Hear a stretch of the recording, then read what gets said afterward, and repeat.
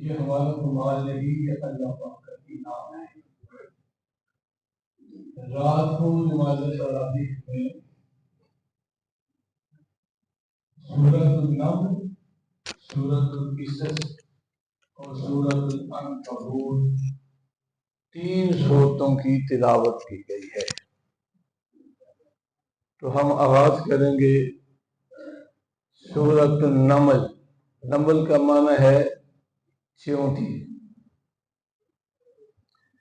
بڑی بڑی چیزیں تو ہماری توجہ کا مرکز ہوتی ہی ہیں، مثلا یہ پہاڑ ہیں، اللہ کی قدرت کی نشانیاں ہیں، دریا ہیں، سمندر ہیں، درخت ہیں، جنگلات ہیں، جانور ہیں، لیکن اللہ نے اپنی قدرت کی نشانیاں چھوٹی چھوٹی چیزوں میں بھی رکھی۔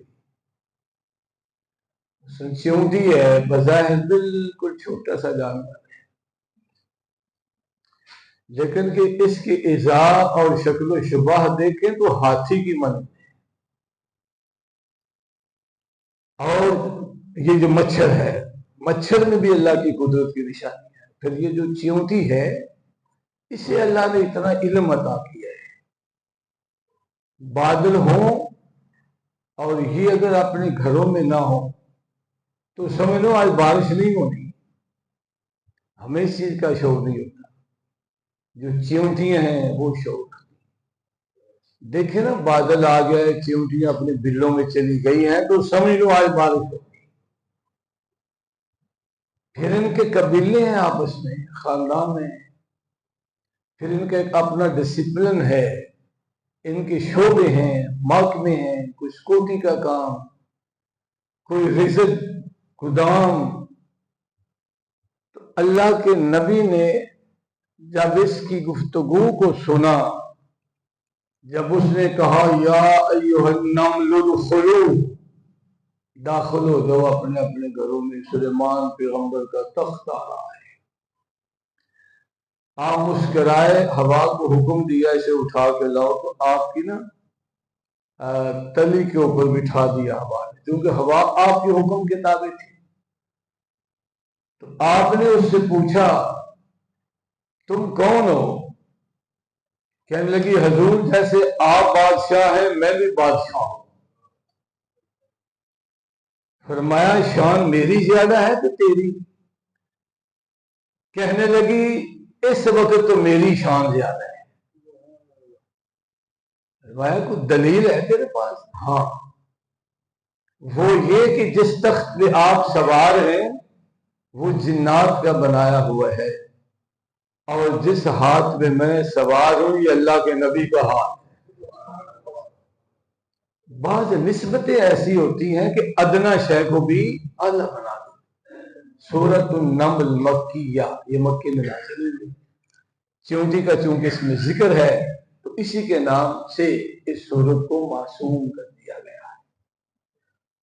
بسم اللہ الرحمن الرحیم، طاسین تلک آیات الکتاب القرآن المبین۔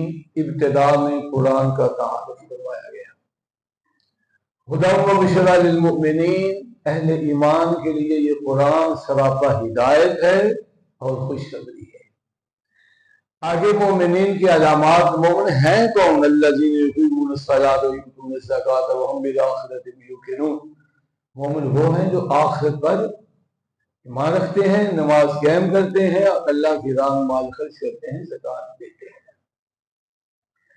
اسی طرح آگے موسیٰ علیہ السلام کا تذکرہ ہے، اس کو چھوڑتا ہوں کیونکہ اگلی صورت میں پھر تذکرہ ہے تو اگلی صورت میں کر لیں گے۔ اس سے اگلے رکوع میں حضرت داؤد اور حضرت سلیمان پیغمبر کا ذکر ہے۔ وَلَقَدْ آتَيْنَا دَاوُودَ وَسُلَيْمَانَ عِلْمًا، ہم نے داؤد پیغمبر کو اور سلیمان کو علم عطا کیا۔ حضرت داؤد علیہ السلام کے 16 بیٹے تھے، اور ان میں سب سے چھوٹا بیٹا سلیمان تھا۔ قریب المرگ ہوئے تو تمام امیدوار ہو گئے تخت و تاج کے کہ میں جانشین ہوں گا، میں سجادہ نشین ہوں گا۔ تو روح الامین اللہ کے طرف سے ایک خط لے کے آئے جو بند تھا، اس میں کچھ سوالات تھے کہ آپ اپنے بچوں کو بٹھا لیں، جو ان کے جواب دے دے اللہ کا حکم ہے وہ آپ پہ جانشین۔ دربار لگایا، علماء تھے، بڑے بڑے دانشور تھے، ان میں بٹھا لیا بیٹوں کو، فرمایا یہ گئی نازل ہوئی ہے بھائی، اب سب لوگ بیٹھ جائیں، تمہارے سامنے فیصلہ ہونے لگا ہے۔ جتنے سوالات تھے تمام کے جوابات حضرت سلیمان علیہ السلام نے، وارث سلیمان، تو پھر داؤد علیہ السلام کے وارث حضرت سلیمان کو، حضرت سلیمان پیغمبر کی شاہی حکمرانی شرق سے غرب، شمال سے جنوب، پوری دنیا میں تھی، اور آپ کے لشکر 3 طبقات تھے، جنات تھے، انسان تھے اور پرندے تھے۔ فرمایا یا ایھا الناس علمنا منطق الطیر، ہے لوگوں، اللہ نے مجھے پرندوں کی بولیوں کا علم دیا نام دیا ہے، تو پھر آپ بتائیں کہ کوئی امتی نبی کی مثل ہو سکتا ہے؟ پرندوں کی بولیوں کا علم۔ پھر آپ ایک علاقے کی طرف جب جانے کا ارادہ کرتے، صبح بیٹھتے، حکم دیتے، ہوا کو تخت کو لے کے اڑتی، اور عصر تک پھر آپ واپس آ جاتے، جہاں بھی جانا ہوتا آپ اپنے تخت پہ، جو تخت ہواؤں کے کندھوں پہ ہوتا تھا، چلے جاتے۔ ایک دفعہ وادی نمل میں ارادہ کیا کہ ہم اتریں، ابھی 3 میل بلندی پہ تھے، جب ہوا کو حکم دیا اترنے کا، تو وادی نمل، چیونٹیوں کی وادی، ان کی جو سردار تھی اس نے کہا سلیمان پیغمبر کا تخت آ رہا ہے، اپنے گھروں میں داخل ہو جائیں، کہیں ایسا نہ ہو کہ وہ تجھے اپنے پاؤں کے نیچے مسل دیں، لیکن خاص بات آگے ہے، وہم لا یشعرون، لاشعوری طور پہ، گویا کہ چیونٹی کا عقیدہ بھی یہ تھا، نبی کا صحابی کسی چیونٹی کو بھی نہیں مارتا۔ سلیمان پیغمبر کے صحاب کا ذکر ہو رہا ہے، سلیمان پیغمبر کے صحابی کی تو شان یہ ہے وہ چیونٹی کو بھی نہ مارے۔ نبیوں کے امام کے جو صحابہ ہیں، کیا وہ نبی کی اہل بیت میں ظلم کریں گے؟ من گھڑت عقائد و نظریات ہیں، ان کا حقیقت سے کوئی تعلق نہیں ہے۔ پھر چونکہ پوری دنیا کے فرما روا تھے، آپ ڈسپلن کا بڑا خیال رکھتے تھے۔ کیا دیکھا کہ وادی میں اترنا ہے، پہلے پانی کی خبر لینی ہے، پانی بھی ہے کہ نہیں۔ وَجَعَلْنَا مِنَ الْمَاءِ كُلَّ شَيْءٍ حَيٍّ، کیونکہ ہر چیز کو اللہ نے پانی سے تخلیق کیا ہے، اور پوری زندگی پانی کا محتاج رہتا ہے، بغیر پانی کے حیات نہیں ہے۔ تو وہ ڈیوٹی تھی ہدہد کی، فرمایا فَقَالَ مَا لِيَ لَا أَرَى الْهُدْهُدَ، ہدہد کدھر ہے؟ حضور پتہ نہیں ہے، آپ بڑے جلال میں آئے کہ بغیر بتائے فوجی ڈسپلن کی خلاف ورزی کرتے ہوئے کہاں گیا ہے، تلاش کرو، آج میں لَأَذْبَحَنَّهُ، آج اسے ذبح کر دوں گا، یا سخت سے سخت سزا دوں گا۔ قسم کھا لیا آپ نے اس سے، لیکن ساتھ عذر یہ تھا، ہاں اگر کوئی مناسب عذر پیش کرے گا پھر معافی دے۔ جب آیا پوچھا کہ حضور میں یمن کی طرف نکل گیا تھا، وہاں جب واقعہ دیکھا تو تھوڑی دیر ہو گئی۔ میں کیا واقعہ دیکھا؟ بلکہ شہزادی ہے اس علاقے کی، بادشاہ ہے، اسے لوگ سجدہ کرتے ہیں اور سورج کی بھی پرستش کرتے ہیں۔ آپ نے تصدیق کے لیے پھر ایک رکا لکھ کے دیا کہ جاؤ پھر اس کا جواب دے گیا۔ شہزادی بلقیس کے نام پہ خط لکھا، بسم اللہ الرحمن الرحیم، اللہ تعالی علیہ وقتونی مسلمین۔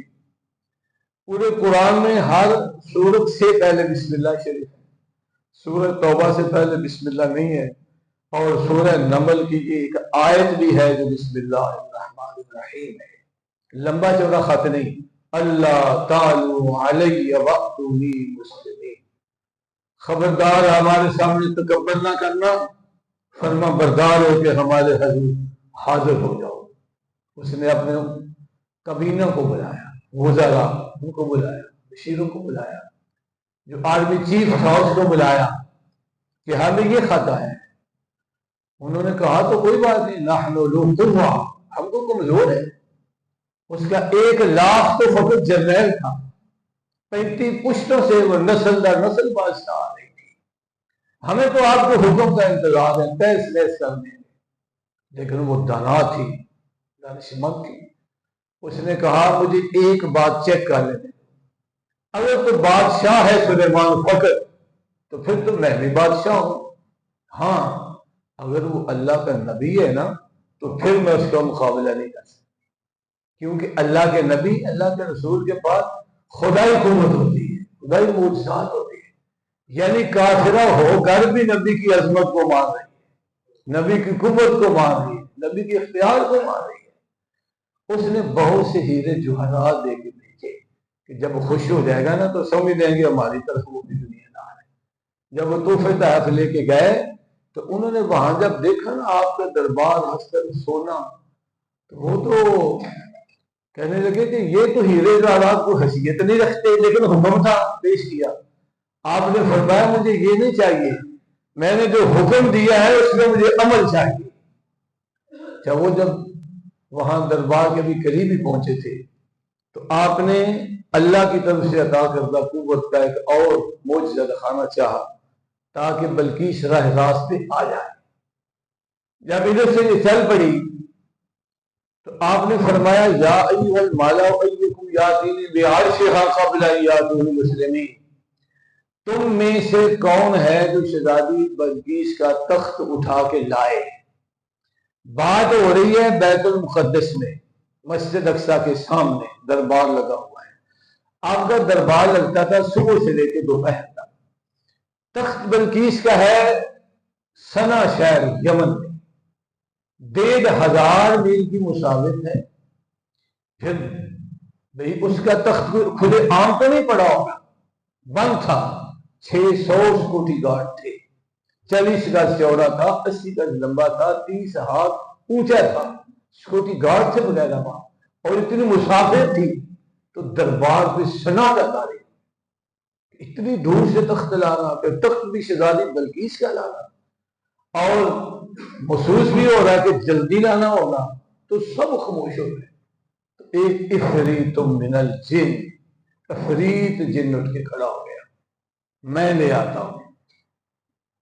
اس نے بھی پہلے سلیمان پیغمبر کا مقابلہ کیا تھا، پھر جب دیکھا کہ یہ اللہ کا نبی مجھ پہ غالب ہے، مغلوب ہو کر پھر اس نے کلمہ پڑھا. لیکن یہ بھی جنات کا بادشاہ تھا، جو وزیر تھا حضرت سلیمان پیغمبر. یہ حضور میں لے آتا ہوں. کب تک؟ جی آپ کا دربار برخاست ہونے سے پہلے پہلے لے. فرمایا مجھے اس سے جلدی چاہیے. شہزادی بلقیس بیت المقدس کے قریب پہنچ گئی. پھر اب کون ہے؟ دربار میں سناٹا طاری ہے کہ اچانک اللہ کا ایک ولی اس سے کھڑا ہو گیا. قال الذی عنده علم من الکتاب، اس کا نام قرآن میں نہیں ہے. کسی نے کہا خضر ہے، کسی نے کہا آصف بن برخیہ ہے. بہرحال 2-3 روایتیں ہیں. اس طرف جانے کی ہمیں ضرورت نہیں ہے. اتنا ضرور ہے کہ وہ تھا جس کے پاس کتاب کا علم تھا. سلیمان پیغمبر کا صحابی تھا، ان کا وزیر تھا، اور اس کے پاس اس کتاب کا علم تھا جو ان پہ نازل ہوئی. اس کی میں لے آتا ہوں. کتنی دیر میں؟ حضور بس آپ اجازت مرحمت فرمائے، آنکھ جھپکنے سے پہلے لے آؤں. اجازت ملی، ادھر آنکھ جھپکی تو سامنے شہزادی بلقیس کا تخت بڑا تھا. میں یہ حکایت نہیں سنا رہا، قرآن کی آیت سنا رہا. میں کوئی حدیث نہیں سنا رہا کہ آپ کہہ دیں دیجیے تو ضعیف ہے جی، ولیوں کے پاس اتنی طاقت کہاں سے آ گئی. ولی اور نبی کو قوت اللہ عطا کرتا ہے. ھذا عطاء اللہ. جو کرامت کا انکار کرتا ہے، ولی کی شان میں اہانت کرتا ہے، ولی کے معجزے کو نہیں مانتا، نبی کی عظمت کو نہیں مانتا، وہ قدرت خدا بندی کا انکار کرتا ہے، وہ قرآن کا منکر ہے. قرآن کی بات کر رہا ہوں. سامنے تخت موجود تھا، ادھر سے شہزادی بلقیس بھی آ گئی. اس نے بھی اپنے تخت کو پہچانا اور اللہ کے نبی کا معجزہ، ان کے ولی کی کرامت کو دیکھا. اسلم تو کلمہ پڑھ کے مسلمان. پھر آگے حضرت صالح علیہ السلام کا ذکر ہے، قوم سمود کا ذکر ہے جو آپ سن چکے. آگے 20واں پارہ ہے، امن خلق السماوات والارض. جو لوگ اللہ کی عظمت کو نہیں مانتے، اللہ کی وحدانیت کو نہیں مانتے، اس کی قدرت کو نہیں مانتے، ان کو خطاب ہے امن خلق السماوات والارض. مجھے نہ ماننے والوں مجھے بتاؤ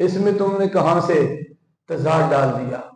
اس کا ترجمہ یوں کرنا ہے کہ اللہ کی عطا کے بغیر کسی کو علم غیب نہیں ہے۔ جس جس کو اللہ نے جتنا عطا کیا اتنا ہی علم انبیاء و مرسلین کو ہے۔ اللہ کا علم ذاتی ہے، نبی کا علم عطائی ہے۔ اللہ نے کسی سے علم نہیں لیا، اللہ کا علم قدیم ہے، اللہ کا علم لامتناہی ہے۔ نبی کا علم قدیم نہیں، نہ ہی متناہی ہے۔ اس ونڈ کی جائے تاکہ لوگوں کو قرآن کی سمجھ بھی تو آئے نا۔ علم غیب اللہ کو ہے مگر اس کا ذاتی ہے، علم غیب حضور کو ہے مگر اللہ کی عطا ہے۔ اللہ کا علم قدیم ہے، حضور کا علم قدیم نہیں۔ اللہ کا علم لامحدود ہے، حضور کا علم محدود ہے، مگر اتنا محدود نہیں جتنا یہ بیان کرتے ہیں، اتنا محدود نہیں جتنا یہ بیان کرتے ہیں، توہین کرتے ہیں۔ اللہ کا علم غیب اللہ کی صفت ہے، حضور کا علم غیب حضور کا معجزہ ہے۔ حضور کی حدیث ہے، فرمایا آج رات میں نے اللہ کا دیدار کیا، اللہ کو خوبصورت حسین صورت میں دیکھا، پھر اللہ نے اپنے دست قدرت کی ہتھیلی کو میرے دو کندھوں کے درمیان رکھا، میں نے اپنے سینے میں ٹھنڈک محسوس کی، اور زمین آسمان میں جتنے غیب ہیں اللہ نے سارے مجھے عطا کر دیے۔ عبدالحق محدث دل فرماتے ہیں تمام جزوی اور کلی علم اللہ نے عطا کر۔ اس حدیث پہ بحث کرتے ہوئے ملا علی قاری اور امام بخاری وہ لکھتے ہیں تمام زمینوں کا، تمام آسمانوں میں وہ شے نہیں جس کا علم محمد مصطفیٰ کو نہ ہو۔ وہ لکھتے ہیں کہ تمام زمینوں ہی نہیں، جو تمام زمینوں سے نیچے علم ہے اس کا بھی حضور کو علم ہے۔ جو تمام آسمانوں میں ہی نہیں، جو آسمان سے اوپر علم ہے وہ بھی اللہ نے حضور کو عطا کیا۔ لیکن اللہ کا علم لامحدود ہے، حضور کا علم اللہ کے سامنے محدود ہے، مگر اتنا محدود نہیں جتنا یہ کہتے ہیں۔ بہت سی احادیث ہیں، میں نے ایک حدیث سے سنائی، آگے پھر ذکر آتا ہے من جاء بالحسنہ، کل قیامت کو جو نیکی لے کے آئے گا اس کو کوئی خوف کوئی غم نہیں ہوگا۔ حالانکہ قیامت کا دن 50,000 سال اور سوا نیزے پہ زمین گرم، لوگ پسینے میں گرم پسینے ابلتے ہوئے پسینے میں جل رہے ہیں، اور 50,000 سال کا دن۔ صحابہ نے عرض کی حضور پھر وہ دن کیسے کٹے گا اتنا لمبا؟ لجپال کریم آقا نے فرمایا جو نیکیاں کرنے والا ہے، جو ایمان لانے والا ہے، جو اعمال صالح کرنے والا ہے، جو ہمارا فرما بردار ہے، اس کے لیے 50,000 سال کا نہیں ہوگا، اس کے لیے اتنا ہی ہوگا جتنی 4 رکعت نماز فرض ادا کی جاتی ہے۔ نیکیاں کر لیں، یہ تو مہندی نیکیوں کا ہے۔ رمضان شہر اللہ، جیسے نا بیت اللہ، اللہ کے گھر میں نیکیاں کی جاتی ہیں، تو یہ ہے شہر اللہ، اس میں بھی نیکیاں کریں، دن رات ہے ہی نیکیاں۔ صبح اٹھ کے افطاری سحری کھانا عبادت ہے، صبح کی نماز پڑھنا، کام پہ جانا سب عبادت ہے، پھر افطاری کرنا عبادت ہے، نماز تراویح عبادت ہے، پھر اس نیت سے سونا کہ روزہ رکھنا ہے عبادت ہے، صبح سحری کھانا عبادت ہے، حضور کی سنت ہے، فرمایا سحری کھا کے روزہ رکھو۔ یہودوں نے سارے کی مخالفت ہو جائے، وہ سحری نہیں کھاتے، میرے غلام سحری کھا کے روزہ رکھیں، لیکن وقت کے اندر اندر، یہ نہیں کہ اذان بھی شروع ہوگی اور سحری بھی ہوگی۔ ہاں سحری جو ہوتی ہے اس وقت اذان نہیں ہوتی، جب اذان ہوتی ہے تو وہ سحری کا وقت نہیں ہوتا۔ تو آگے سورہ قصص شروع ہو جاتی ہے، اس میں فرعونی سیاست کا ذکر ہے کہ وہ کس طرح کی سیاست کرتا تھا۔ موسیٰ علیہ السلام کا وہ واقعہ کا حصہ جو پہلے ابھی میں نے بیان نہیں کیا آدھا، وہ اس میں ہو جائے گا۔ اس کے آگے قارون، اس کا قصہ ہے، اس کو انشاءاللہ مختصر بیان کریں گے۔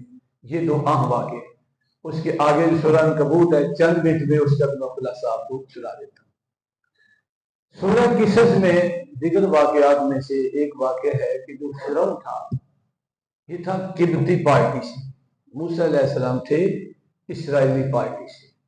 مصر میں 2 سیاسی مذہبی پارٹیاں تھیں، قبطی کا سردار جو تھا فرعون تھا، ادھر اور اس کے ساتھ حامان اسی کی برادری قبطی کا اس کا وزیر تھا. ادھر تھے موسیٰ علیہ السلام اور ان کے چچے کا بیٹا قارون تھا. قارون کو خرید لیا تھا اس نے. میر صادق میر جعفر کا وہ کردار ادا کر رہا تھا. کبھی اس نے نہ کہا کہ یہ ظلم نہ کرو کہ اسرائیلی میری جماعت کے لوگوں کے بچوں کو ذبح نہ کرو. دیکھو نا, اس کی پارلیمنٹ کا وزیر تھا نا, اسے آواز بلند کرنی چاہیے تھی کہ بھی ٹھیک ہے میں تیری سپورٹ کرتا ہوں کہ غلامی نامنظور کا نعرہ میں نہیں لگاتا, نہ اپنی برادری کو لگانے دیتا ہوں, غلامی نامنظور, ٹھیک ہے تیری غلامی میں رہیں بھائی, لیکن یہ ظلم کا نہ کرو. لیکن اس کو اپنی قوم, اپنی جماعت کے مفاد کو فرعون کے مفاد پہ قربان کرتا اور اس سے مال و دولت حاصل کرتا. اس وجہ سے وہ سب میں امیر تھا. تو حضرت موسیٰ علیہ السلام ابھی پیدا نہیں ہوئے, نجومیوں نے بتا دیے. جب پیدا ہوئے تو ماں فکر مند ہے کہ جب ہزاروں قتل ہوئے تو میری شہزادے کو قتل کر دیا جائے گا. اللہ نے وحی کی, وَأَوْحَيْنَا إِلَىٰ أُمِّ مُوسَىٰ أَنْ أَرْضِعِيهِ, ہم تم سے وعدہ کرتے ہیں کہ جب تک تجھے خدشہ نہیں دودھ پلاؤ, جب خدشہ پیدا ہو پھر اسے دریا میں بہاؤ, ہم اس کو واپس الٹائیں گے, پھر بھی تو اس کو دودھ پلائے گی. جب خدشہ پیدا ہو گیا کہ بات ویک آؤٹ ہو گئی ہے تو اس نے فوری طور پہ پہلے سے صندوق بنایا ہوا تھا, رکھا, دریا کے سپرد کر دیا, اور دریا جو نہر نکلتی تھی فرعون کے مال کی طرف ادھر چلا. فرعون, آسیہ, انہوں نے دیکھا, کھولا, موسیٰ علیہ السلام کو نکالا, دیکھا اتنا خوبصورت. فرعون نے کہا یہی وہ ہے جس کے بارے میں جبریل نے کہا قتل کرو. آسیہ کہنے لگی دیکھو پتہ نہیں کہاں سے آیا ہے, تو کہتے ہیں میں خدا ہوں, تجھے کو کہہ دے تیری اولاد بھی نہیں ہے تو پھر کیا کرو, اس کو بیٹا بنا لیتے ہیں. مان گیا, بیٹا بنا لیا گیا. لیکن جو ہی آپ جوان ہو گئے, ہاں اللہ نے تمام دائیوں کا دودھ حرام کر دیا. بڑی بڑی دائیاں بلائی, کلیم اللہ نے کسی کا دودھ نہیں پیا. دیکھو بچہ ہو جس کا مرضی دودھ پلا دے پی لینا. یہ نبی کی شان ہے کہ دودھ پیتے ہوئے یہ خبر ہے میں نے کس کا پینا ہے اور کس کا نہیں پینا. اس لیے کبھی امتی کو یہ نہیں سوچنا چاہیے نبی مجھ جیسا ہے, تجھے جس جانور کا بھی پلا دے تم پی لو, لیکن اللہ کے نبی کی شان ہے کس کا دودھ پیا, جب اپنی ماں آئی تھی تو اسی کا دودھ پیا. جوان ہو گیا, دیکھا کہ یہ فرعون اس نے میری پوری قوم کو غلام بنایا ہوا ہے, غلامی کی زنجیروں میں جکڑا ہوا ہے, یہاں تک کہ سجدہ بھی کرا رہا ہے. آپ نے اس کو منع کیا, تم غلط کر رہے ہو, تم ظلم کر رہے ہو. وہ کہنے لگا میرے خلاف, میرے گھر میں پرورش پانے والا مجھے کہہ رہا ہے کہ لوگوں کو تم نے غلام بنا رکھا ہے, سجدے کراتا ہے. تو غصے میں آیا اور ان کو غداری کرنے پر لگا دیا. یہ باغی ہے, FIR درج کروا دی کسی تھانے میں, آسان لفظوں میں سمجھا دی, یہ باغی ہے, یہ غدار ہے, میرے گھر میں پرورش پائی اور آزادی, غلامی سے آزادی کا نعرہ لگا رہا. تو آپ روح پوش گئے, جیسے ہوتا ہے نا FIR درج ہو گئی, پکڑو مارو ظلم زیادتی, تو پھر لوگ روح پوش ہوتے ہیں. ہمارے ملک میں اب بھی کچھ لوگ بچارے روح پوش. موسیٰ علیہ السلام بھی دن کو روح پوش رہتے, رات کو آتے. ایک دفعہ آ رہے تھے اندھیرے میں تو دو بندے لڑ رہے تھے, قبطی اور اسرائیلی. اسرائیلی نے دیکھا کہ میری برادری کا بندہ آ گیا, کہتا دیکھو جی یہ مجھے مار ہے, حالانکہ وہ خود بھی جھگڑالو تھا, قصور اس کا بھی تھا. آپ آگے بڑے, سمجھایا نہ مارو, وہ نہ ڈرا. شیطان نے موسیٰ علیہ السلام کو غصہ دلا دیا. آپ تھے بڑے جلالی, آپ نے مک اس لیے نہیں مارا کہ وہ مر جائے, قتل ہو جائے, اس لیے مارا تو چلو چھوڑ دے اس کو, لیکن وہ کسی عام کا مک نہیں تھا, وہ موسیٰ علیہ السلام کا مکہ تھا. ایک ہی لگا, وہ دھڑام سے گرا اور مر گیا. نبی کی پاور اور عام کی پاور میں زمین سمان کا فرق. جب اسرائیل آئے تو ایک تھپڑ لگا ان کی آنکھ نکل گئی. کسی کو جرت ہے تو پھر سے تو تھپڑ مارے, پھر اسرائیل کو مارے. جب قتل ہو گیا تو آپ نے کہا میرے اوپر تو پہلے ہی ایف آئی درج ہے، اب قتل کا پرچہ بھی ہو جائے گا تو آپ پھر روپوش ہیں۔ دوسرے دن گزرے ایک جگہ سے تو پھر وہی بندہ کسی سے زیادہ، آپ نے کہا کہ پہلے بھی یہ کام پھر تم یہ کام کر رہے ہیں۔ آگے ہوئے سمجھانے کے لیے وہ ڈر گیا کہ آج میری ہے، ڈر کے وہ کہنے لگا یا موسیٰ تريد ان تقتلنی، جیسے کل اس کو قتل کیا آج مجھے قتل کرنا چاہتے ہو۔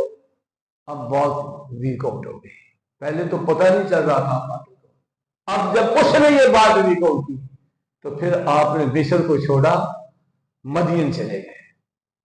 کوئی ان کو جانتا نہیں، ایک کنواں ہے، درخت ہے، بڑے لوگ جمع ہیں، جانوروں کو پانی پلا رہے ہیں، آپ بھی بیٹھ گئے۔ دیکھا کہ دو لڑکیاں ہیں جو پیچھے کونے میں کھڑی ہیں، پوچھا کہ تم پانی نہیں پلا رہی؟ کہنے لگی ہم عورتیں ہیں، یہ مرد ہیں، جب چلے جائیں گے تو پھر ہماری باری آئے گی۔ آپ نے فرمایا نہیں، پہلے آپ کے جانور پانی پیئیں گے۔ بڑے طاقتور تھے، آگے جانوروں کو لے آئے، پانی پلایا، وہ چلی گئی۔ جب سب چلے گئے تو اللہ کا نبی غم زدہ وہاں درخت کے نیچے بیٹھے، کوئی واقفکار نہیں، کوئی جاننے والا نہیں۔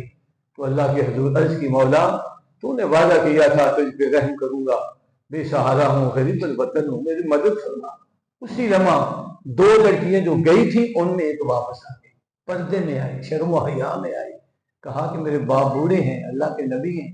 وہ کہتے ہیں اس نوجوان کو بلاؤ، ہم اس کا معاوضہ دیں۔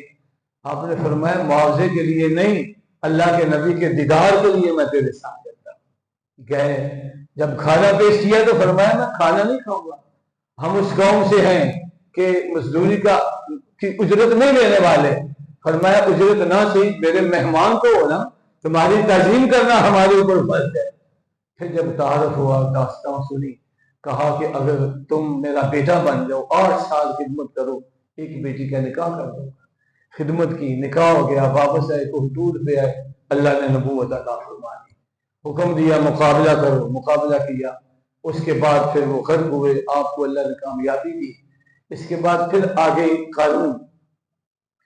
قارون کا مختصر تعارف یوں سمجھو کہ چچا کا بیٹا تھا، شریک بھائی تھا، پتہ ہے شریک کو مندے نہیں جھیلتی تھی، لیکن 17 بندے جب مسلمان ہوئے نا اور ان کے موجے کو دیکھا نا تو اوپر سے مان لیا، یار یہ بڑا پاورفل بندہ ہے بھی میرا بھائی ہے، ماننا تو میں اس کو نہیں، شریک کو مانتا نہیں جلدی لیکن شریکوں سے گھبرایا نہ کرو، شریک بھی اللہ کی نعمت ہوتا ہے۔ کیوں؟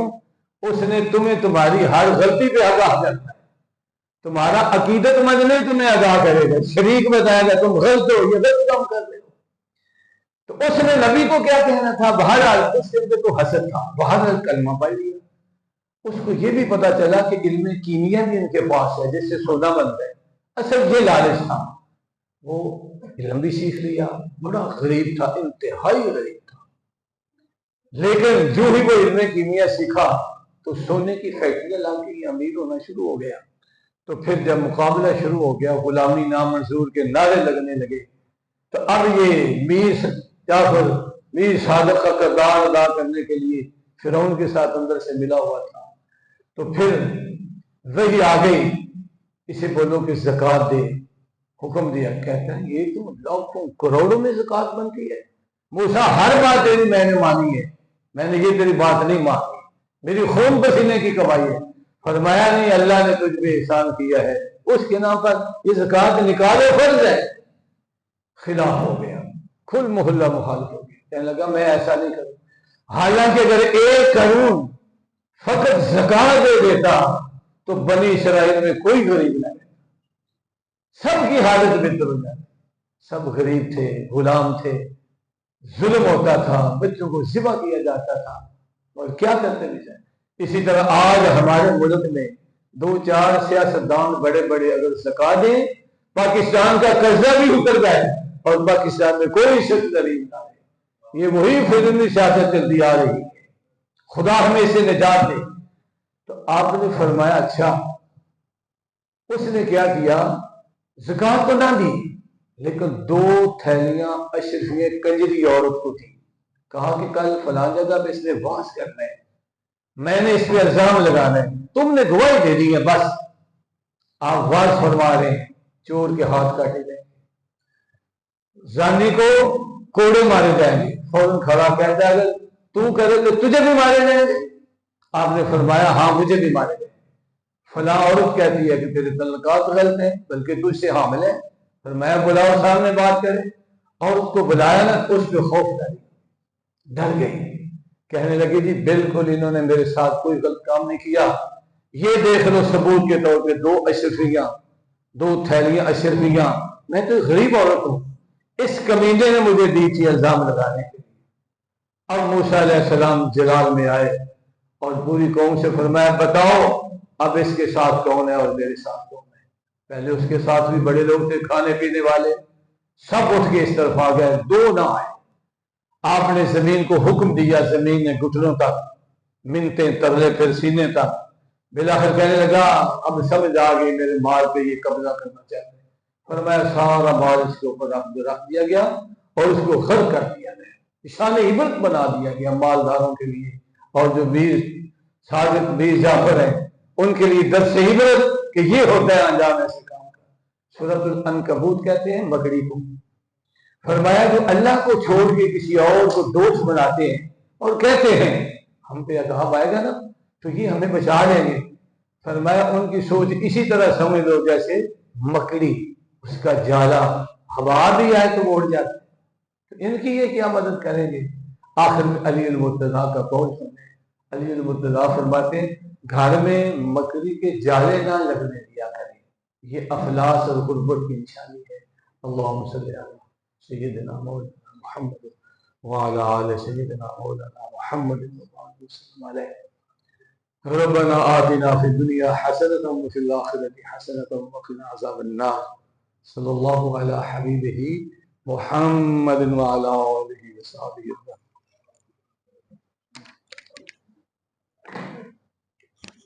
وعليكم السلام وعليكم السلام ورحمة الله۔